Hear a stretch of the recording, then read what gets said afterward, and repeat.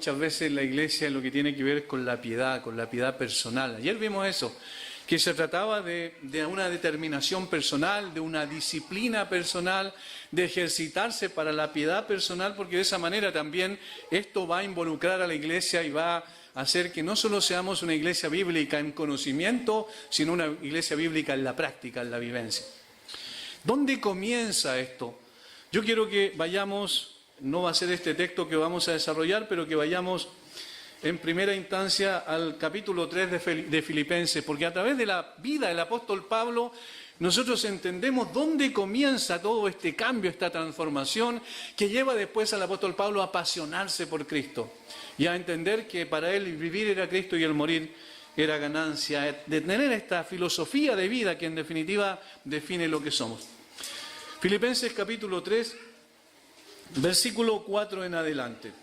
Vamos haciendo una comparación y un contraste al mismo tiempo con los falsos maestros que estaban amenazando a la iglesia. Dice, aunque yo tengo también de qué confiar en la carne, si alguno piensa que tiene de qué confiar en la carne, yo más.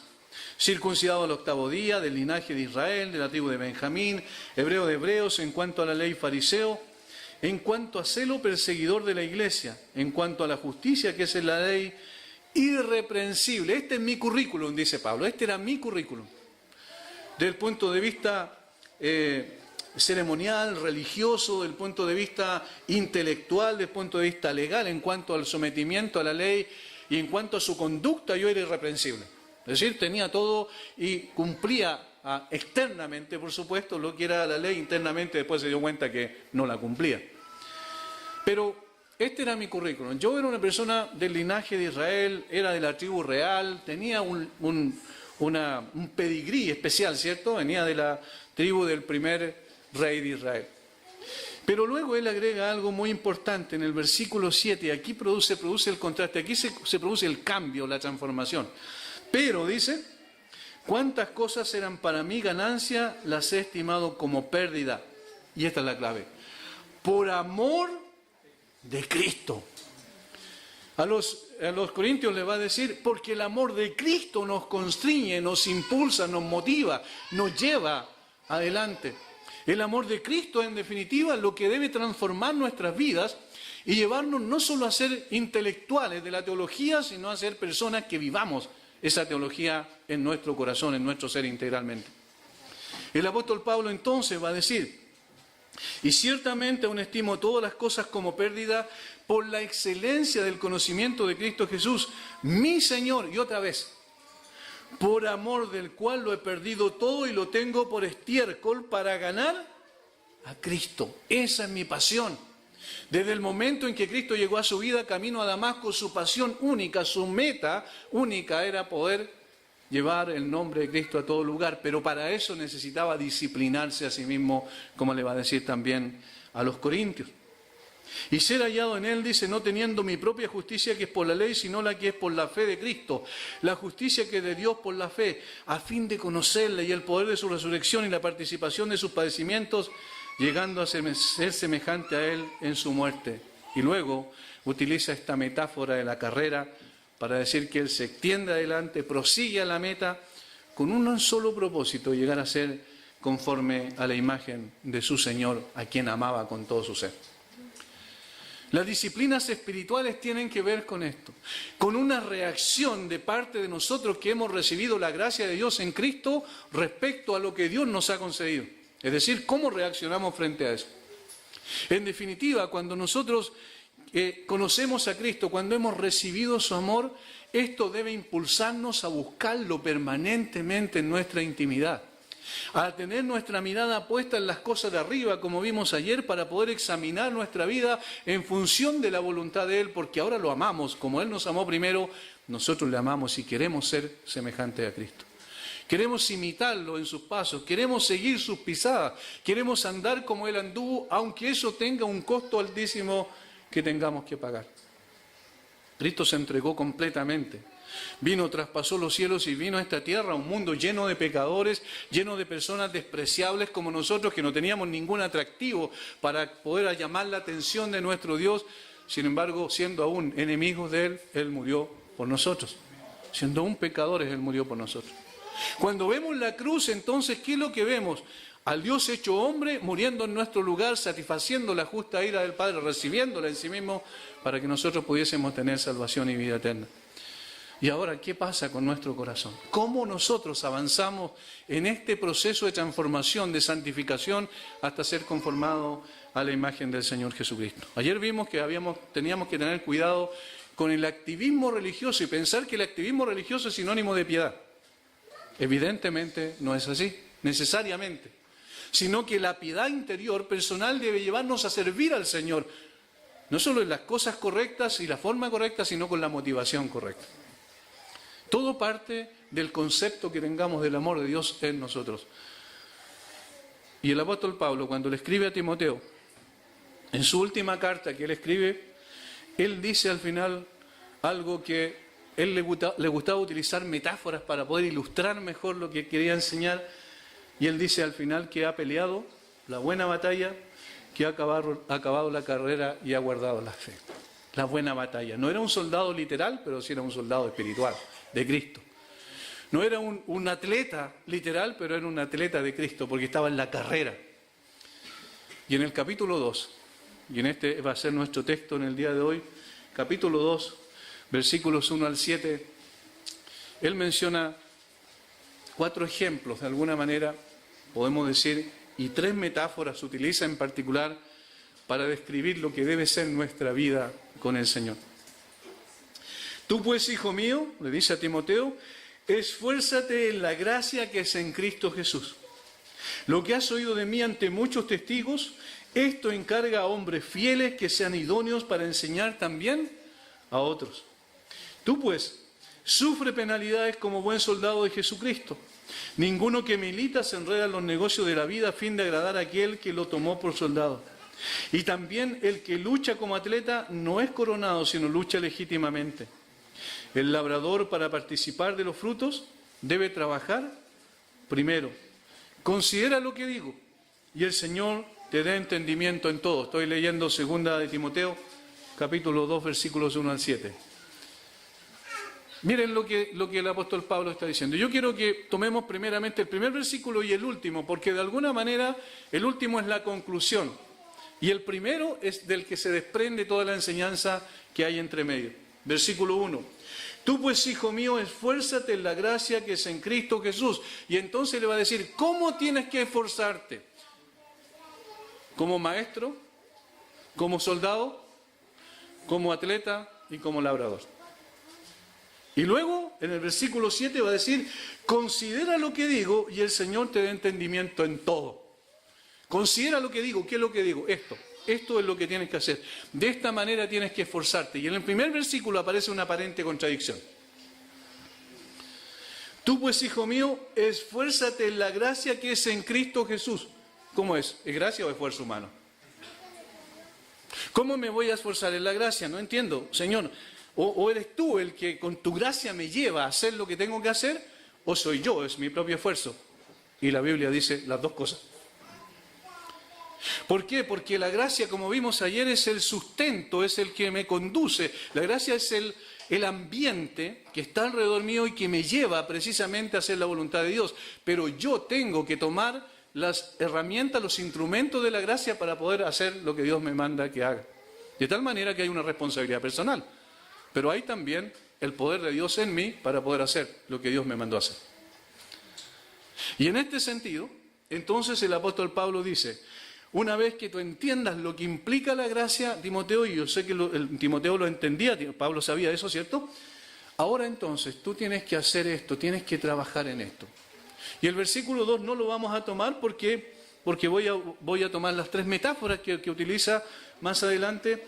Pero lo primero dice, enseña, lo que has oído de mí ante muchos testigos, esto encarga a hombres fieles que sean idóneos para enseñar también a otros. Pero luego le dice, de esta manera hazlo, como un soldado, como un atleta, como un labrador o un agricultor, ¿verdad? Y se parece mucho a lo que Pablo dice al final, ¿cierto? He peleado la buena batalla, he acabado la carrera, otra vez utilizando las mismas metáforas. ¿Por qué tienen que ver esto con las disciplinas espirituales? Mucho. Porque si hay una característica que describe a las tres metáforas que utiliza, o los tres símiles, si queremos llamarle así, ¿cierto? Es la disciplina. Un soldado se caracteriza por su disciplina. Un atleta se caracteriza por su disciplina. El labrador se caracteriza por su trabajo arduo, pero también disciplinado, porque el labrador tiene que saber exactamente cuándo sembrar y qué tipo de semilla sembrar en ese tiempo preciso. Ahora, ayer vimos que la palabra ejercitarse para la piedad es precisamente disciplina, ese es el sentido. Es el ejercicio espiritual que requería todo creyente, que requiere todo creyente para crecer en este proceso de ser transformado conforme a la imagen del Señor Jesucristo. Y entonces, la primera comparación, el primer símil es el del soldado. Tú pues sufre penalidades como buen soldado de Jesucristo. Ninguno que milita se enreda en los negocios de la vida a fin de agradar a aquel que lo tomó por soldado. Un soldado. Pablo los había visto muchas veces. De hecho, él había estado preso y un soldado estaba, como vimos ayer, custodiándolo permanentemente. Él conocía de su disciplina. Él sabía de ciertas características que tenían los soldados y que lo hacían personas aptas para la batalla, para la guerra. ¿Qué es lo que nos dice la comparación, este primer símil? Nos dice algo muy importante. La imagen del soldado nos recuerda que el creyente está en una batalla espiritual. Permanentemente. Nos recuerda que nosotros no estamos en un jardín de infantes o en un lugar de juego, ¿cierto? Sino que estamos en una batalla. ¿Cuándo comienza esa batalla? Desde el mismo momento en que el Señor en su gracia nos llama a salvación, desde ahí en adelante el creyente comienza a luchar contra muchas cosas, luchas que antes no tenía. Porque para nosotros el pecado era nuestro hábitat antes de que Cristo llegara a nosotros, ¿cierto? Pero una vez que Cristo llega a nosotros, nos transforma, nos da una naturaleza completamente nueva, que no es otra cosa que la vida de Cristo en nosotros. Empezamos a ver las cosas desde otra perspectiva. Y entonces empieza la lucha con el mundo, con el enemigo, con Satanás, ¿cierto? Efesios capítulo 6, versículo 10 en adelante, y también con nuestras propias pasiones que combaten contra el alma, como dice Pedro, en el capítulo 2, versículo 11, de Primera de Pedro.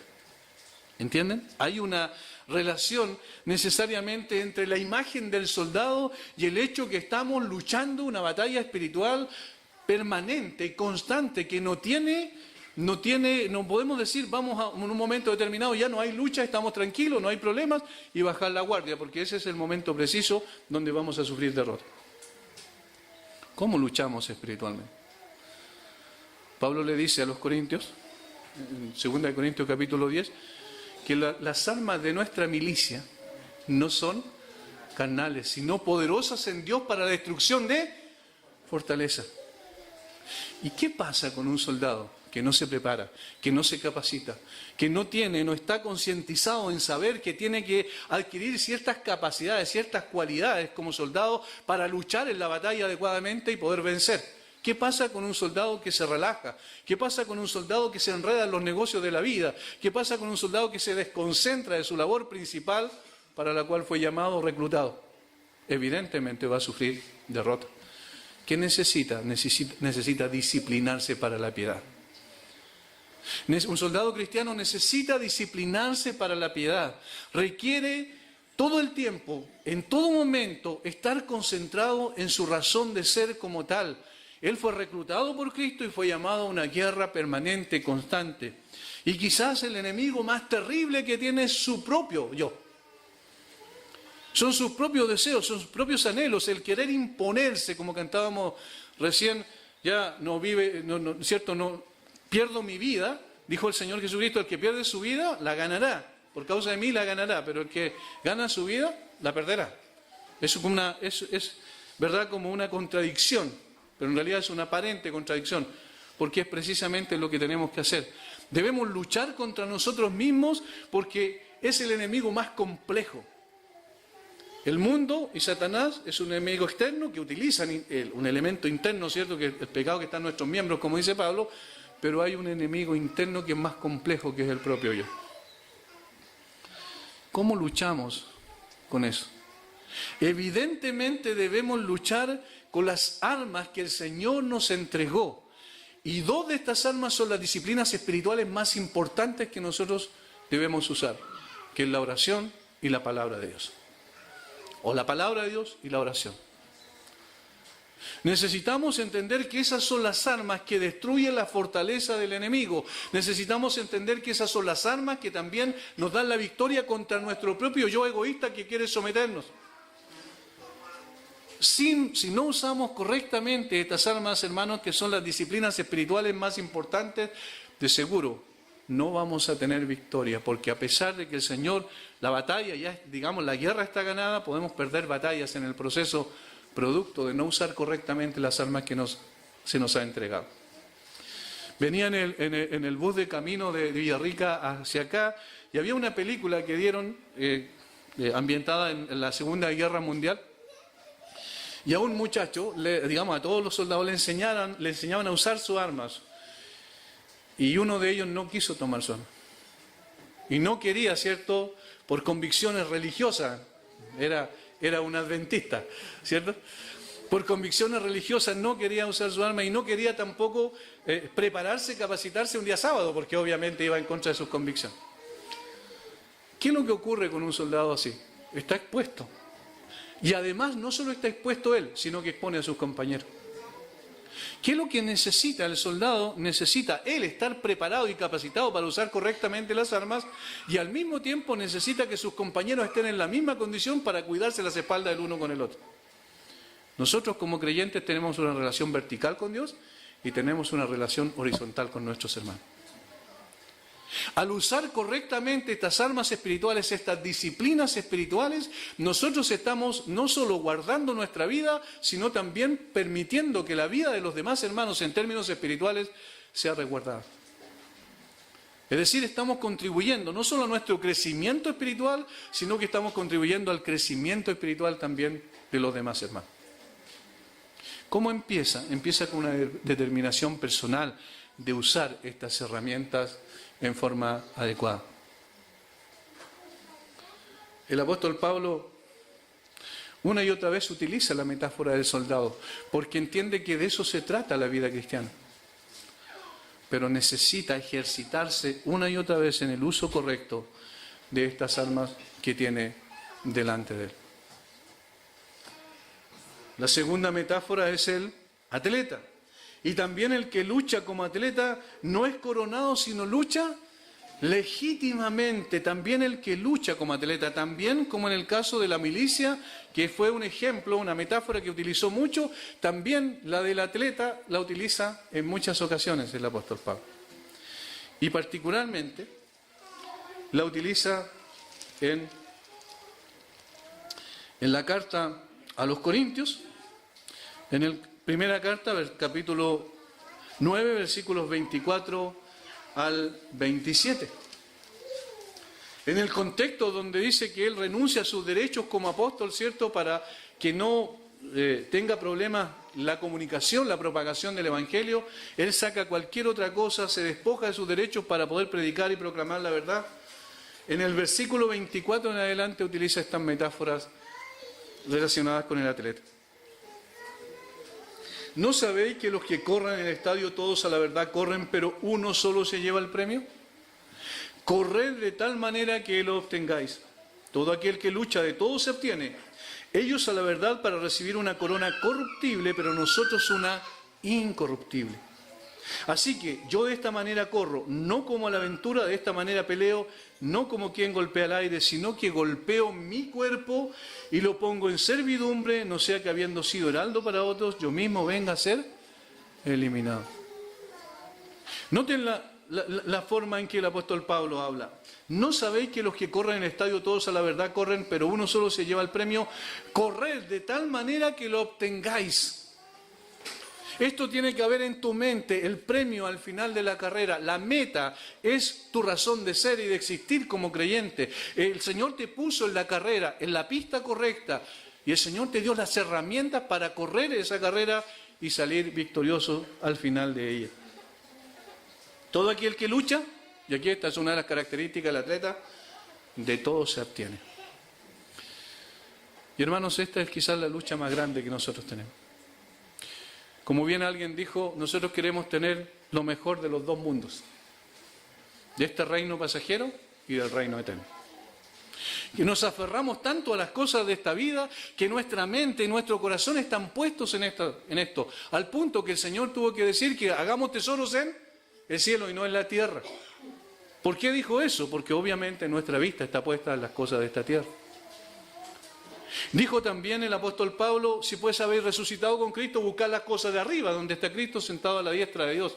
Poner la mira, o la mente, literalmente, dice el texto en el original, poner la mente en las cosas de arriba. Esto necesita disciplina, abstenerse de todo aquello que impida que corramos la carrera correctamente como veíamos ayer. Ahora, como bien dijimos ayer y lo reiteramos, no se trata solamente de cosas que están claramente prohibidas en la Biblia. Hay cosas que son buenas, quizás, que moralmente son neutras, que no tienen nada de malo, pero que impiden que corramos la carrera como debiésemos correrla. Y en ese sentido necesitamos disciplinarnos también. Dejar estas cosas. La autodisciplina es fundamental en el creyente que desea honrar a Dios. Constantemente debe luchar contra los deseos carnales que batallan contra el alma, con los pecados de su propio corazón muchas veces.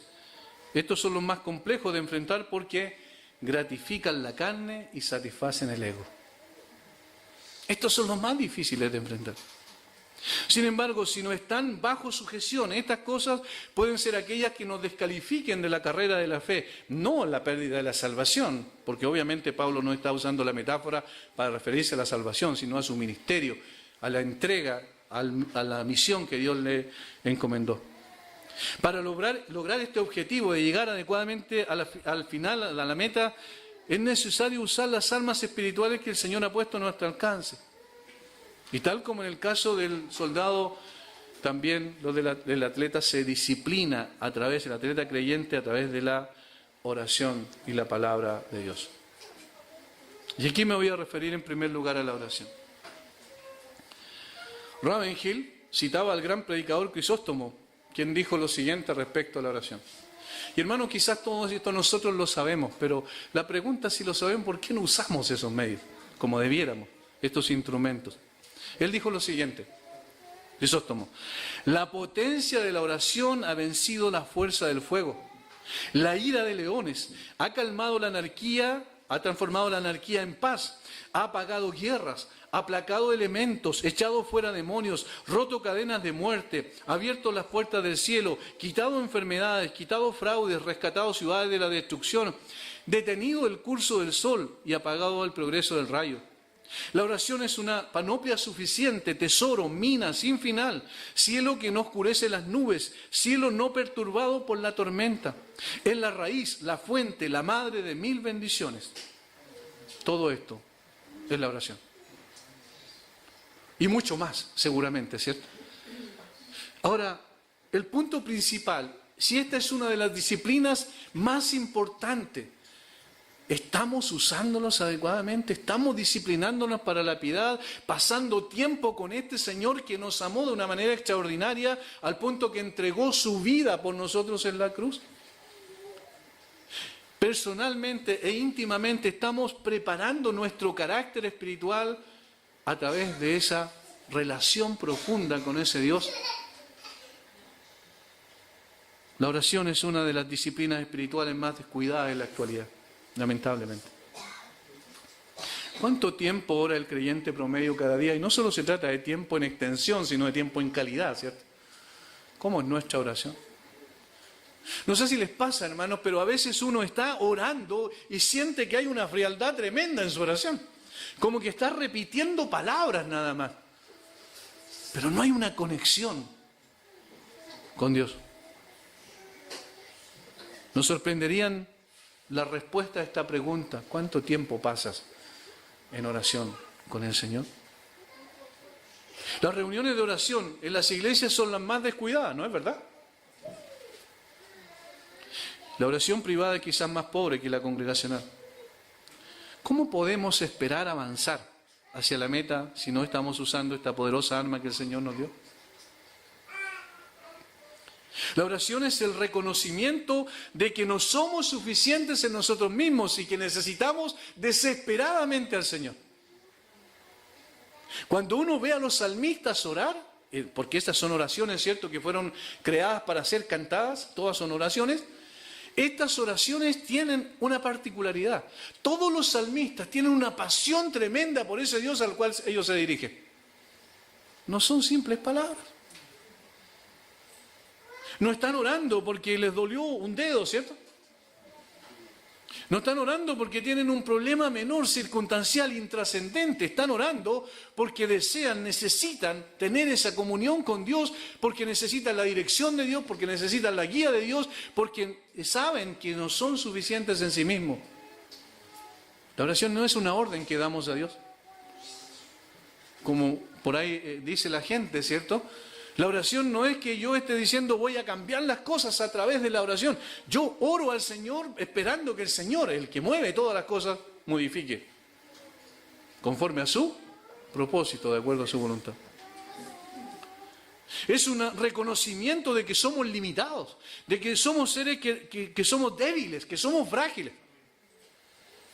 Y por eso necesitamos ir al Señor.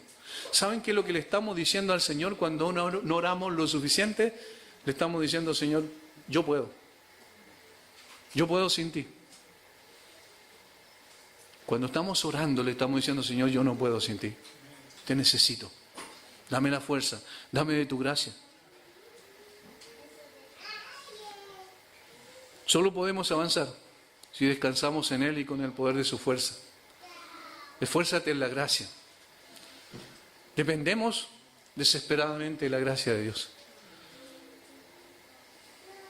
Un atleta cristiano que no ora es como aquel que no se ejercita en la competencia, ¿verdad? Es imposible que logre su objetivo. Por eso Pablo exhorta a Timoteo, como vimos ayer, desecha las fábulas profanas y de viejas. Ejercítate para la piedad, porque el ejercicio corporal para poco es provechoso, pero la piedad para todo aprovecha, pues tiene promesa de esta vida presente y de la venidera. ¿Cómo oraban los salmistas? Yo quiero ir solamente por un momento al Salmo 42. Yo sé, muy conocido por ustedes. Probablemente nosotros, uno de los salmos que más conocemos es este.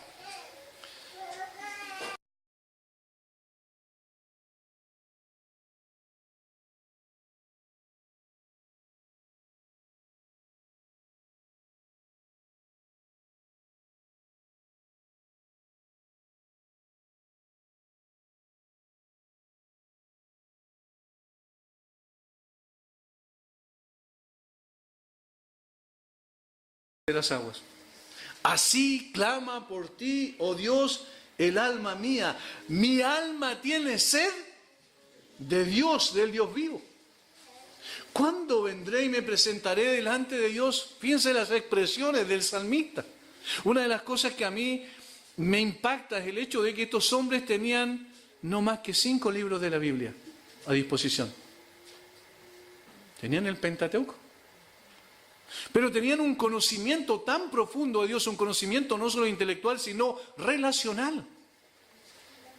Tenían una relación tan viva con Dios que cuando hablaban con Dios era como si nosotros lo escucháramos y estuvieran hablando así, entre nosotros, directamente. Y este salmista, especialmente, esto de los hijos de Coré, ¿cierto? Según el título del Salmo, él dice, mi alma tiene sed de Dios.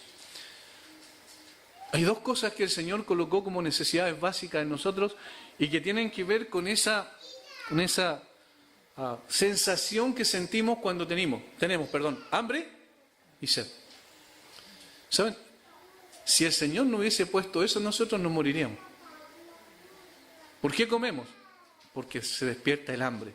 Y el hambre es necesario para alimentarnos y para fortalecer nuestro cuerpo. ¿Por qué bebemos? Porque sin agua nos vamos a morir. Y tenemos sed. La sed es el instrumento que utiliza Dios para que vayamos al agua. El hambre es el instrumento que utiliza Dios para que vayamos a la comida. Y así fortalecer nuestro cuerpo. Ahora, en términos espirituales, el Señor dice, bienaventurados los que tienen, ¿recuerdan? Hambre y sed de justicia. ¿Quién es la justicia? Dios mismo, Jesucristo. Él es la justicia personificada. De tal manera que un creyente tiene hambre y sed. Así como tiene hambre y sed física y tiene que saciarla, así tiene que tener también hambre y sed de justicia y tiene que saciarlo. ¿Y dónde la encuentra? ¿Dónde está la fuente de eso? Obviamente en la persona de Dios. ¿Qué tenemos que hacer entonces? ¿Cómo hemos de vivir en función de eso? Debemos buscar desesperadamente, igual como el siervo sediento que busca por las corrientes de las aguas hasta que finalmente la encuentra y sacia completamente su sed. Esa es la disciplina espiritual, quizás en la cual estamos fallando probablemente más. Necesitamos orar, hermano. No esporádicamente, no circunstancialmente, no porque tenemos algo delante de nosotros que hacer, sino porque sin Dios, sin su presencia, sin su guía y dirección, vamos a perdernos del camino. Vamos a salirnos de la carrera, vamos a empezar a mirar hacia otro lado y vamos a perder el propósito, la razón, la meta final de la carrera. Como atletas de Cristo, necesitamos estar conectados con Él. Él es el que nos dice cómo y de qué forma hemos de correr la carrera que tenemos por delante. Ahora, el apóstol Pablo dice que debemos luchar legítimamente. El corredor significa que tiene reglas, ¿verdad? Tiene reglas. Y esta es la segunda arma poderosa que es fundamental en nuestra autodisciplina y en la palabra de Dios. ¿De dónde vienen las reglas del creyente? De la palabra de Dios. Junto con el ejercicio, el atleta debe alimentarse adecuadamente. Del mismo modo, también el atleta cristiano debe desear como niño recién nacido. ¿Qué cosa? La leche espiritual no adulterada para que por ella crezca para salvación. Es imprescindible. Esta metáfora que utiliza el apóstol Pedro también es muy interesante, porque se trata de la evidencia de una persona que ha nacido de nuevo. ¿Con qué nacemos de nuevo? Con la palabra de Dios. ¿Recuerdan? Santiago lo dice. ¿Y con qué nos fortalecemos cada día para seguir corriendo la carrera? Con la palabra de Dios. Y la metáfora dice como niño recién nacido. ¿Qué es lo que hace un niño recién nacido? Aquí hay varias madres, ¿cierto? Hay que enseñarle que él se pegue al pecho de su madre. Él nace con eso. Tiene una necesidad y quiere saciarla. No hay que guiarlo ni conducirlo, simplemente es algo que brota con el nacimiento. Es parte de ese proceso después de crecimiento y él se aferra al pecho de su madre y quiere beber permanentemente esa leche que le da los nutrientes que requiere para seguir desarrollándose. Hermanos, la palabra de Dios es nuestro nutriente más importante. Este anhelo por las Escrituras le dará al creyente, al atleta creyente, los nutrientes que requiere para correr con éxito la carrera que tiene por delante. Es el alimento y al mismo tiempo es la regla, la norma para correr en esa pista. La exposición sistemática a la palabra de Dios capacita al hombre para seguir progresando en su carrera, el hombre y la mujer obviamente cristiana, para seguir progresando en su carrera, alcanzando los objetivos que se ha planteado conforme a la voluntad de Dios para su vida. Hermanos, si nuestra vida de oración es pobre y nuestro conocimiento de las Escrituras es superficial, no esperemos avanzar en la carrera. ¿Cuál es el salmo más largo de los 150? El Salmo 119. ¿Cuál es el tema del Salmo 119? ¿Por qué será?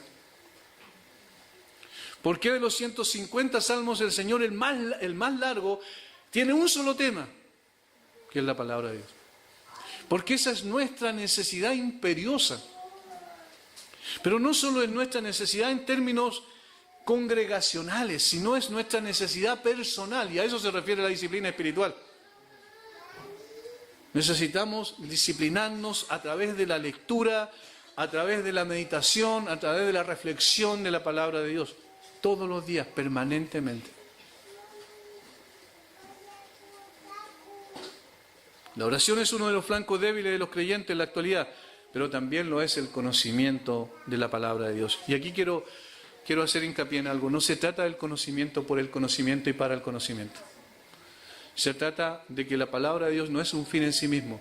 La palabra de Dios nos lleva, nos conduce al conocimiento de Dios, al autor. Y entre más conocemos al autor, más crece nuestro amor por él. Y entre más crece nuestro amor por él, también en consecuencia más crece nuestra obediencia a él. ¿No es verdad?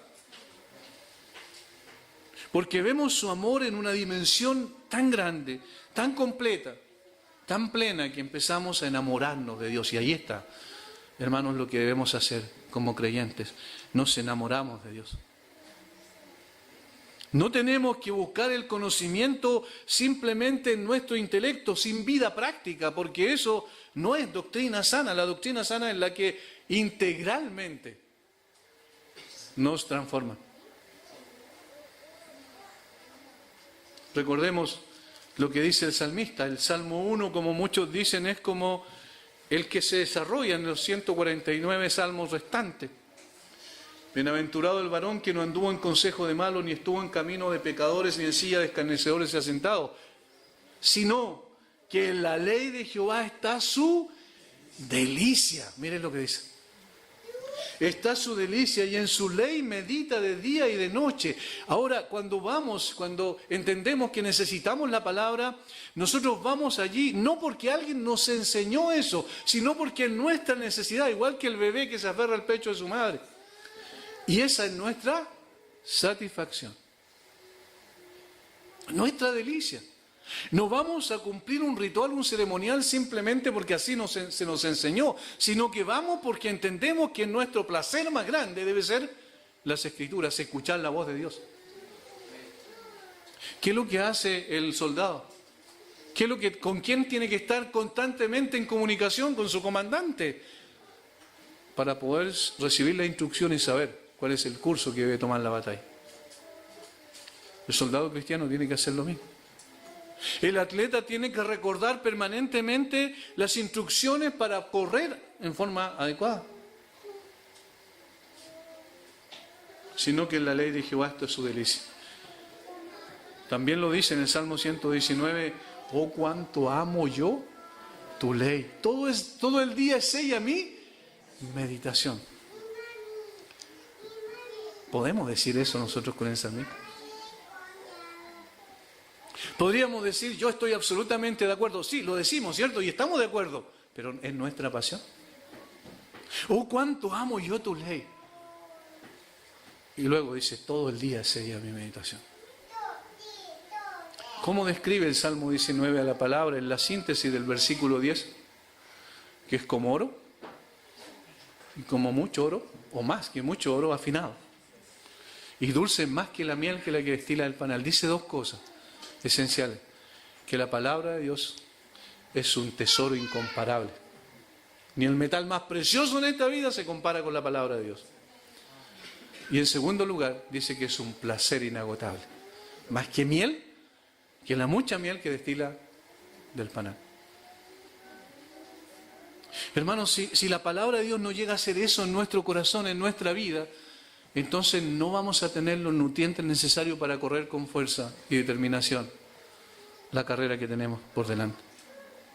Cada una de estas disciplinas requiere esfuerzo y dedicación. No es algo automático. Sin sacrificio no hay logros en el atletismo. Del mismo modo lo es en la esfera espiritual. Disciplínate para la piedad. Hermanos, si hemos entendido que fuimos salvados para honrar a Dios, debemos disciplinarnos para la piedad. Es fundamental practicar las disciplinas espirituales en forma persistente. Oración y palabra de Dios. Oración y palabra de Dios. Alguien los comparó con las dos alas del avión, ¿cierto? Sabemos que un avión no puede volar con una sola. Necesita las dos al mismo tiempo. Oración privada. Derramar el corazón delante del Señor, derramar el alma delante de Él. La oración privada es lo que más define a un creyente, porque allí no tiene que impresionar a nadie. En la oración pública podemos caer en ese error, ¿verdad? De tratar de impresionar con palabras bonitas. En la oración privada no tenemos que impresionar a nadie, está Dios y nosotros no. Y allí derramamos nuestro corazón. Allí le decimos al Señor lo que somos realmente, aunque Él ya sabe quiénes somos. Pero allí recibimos también la fortaleza. Vamos de rodillas y el Señor nos pone de pie para que sigamos corriendo la carrera.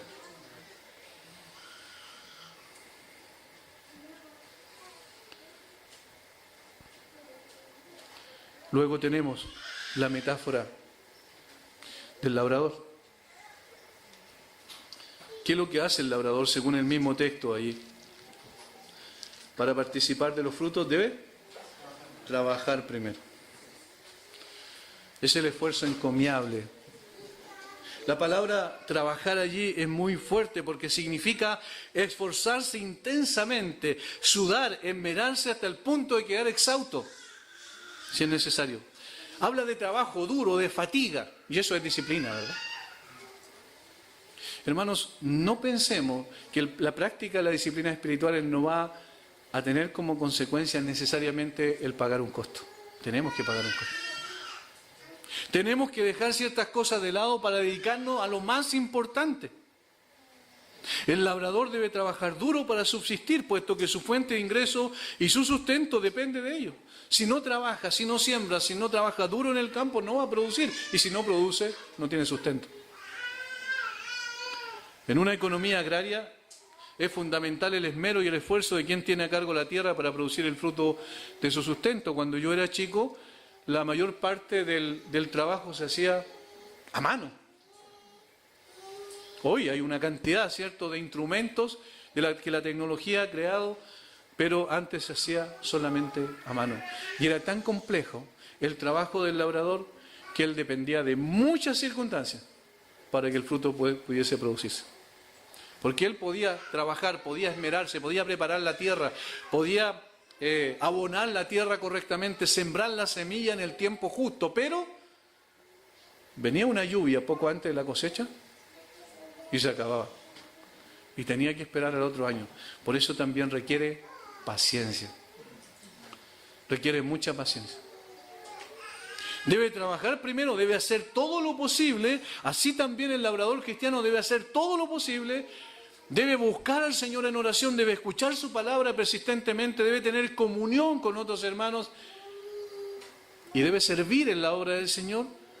Estas todas son disciplinas espirituales, pero debe esperar el fruto de parte del Señor.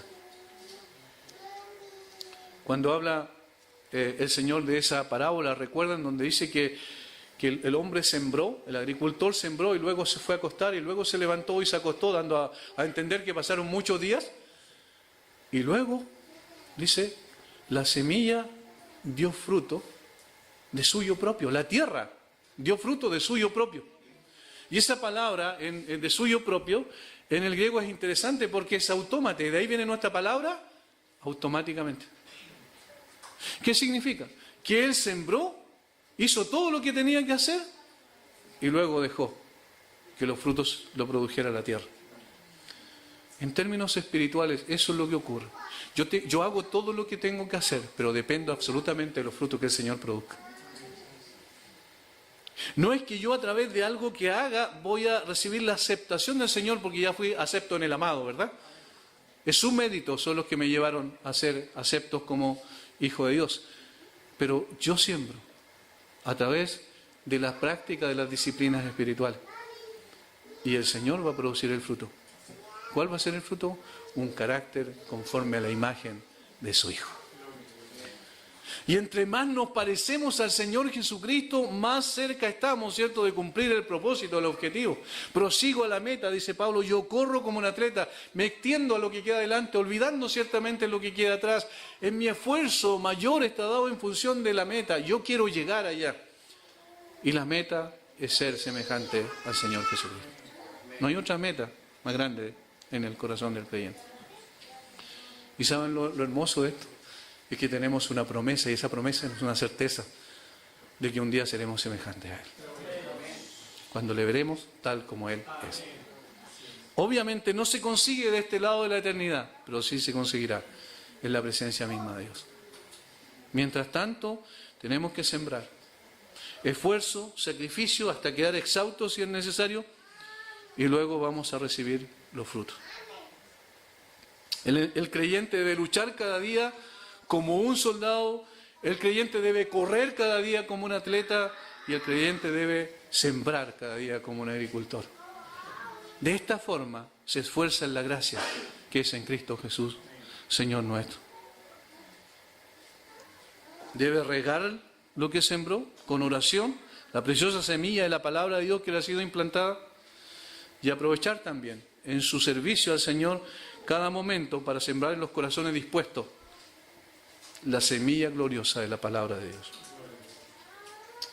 Una de las cosas, y estoy terminando, una de las cosas que a mí siempre me ha impactado es el hecho de que la Biblia utiliza también la metáfora de la semilla para hablar sobre la palabra de Dios. Pedro la utiliza, ¿recuerdan?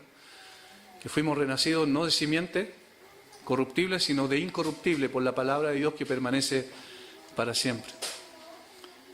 Cuando uno ve la semilla de trigo, ¿qué es lo que ve? Una cosita pequeña, ¿cierto?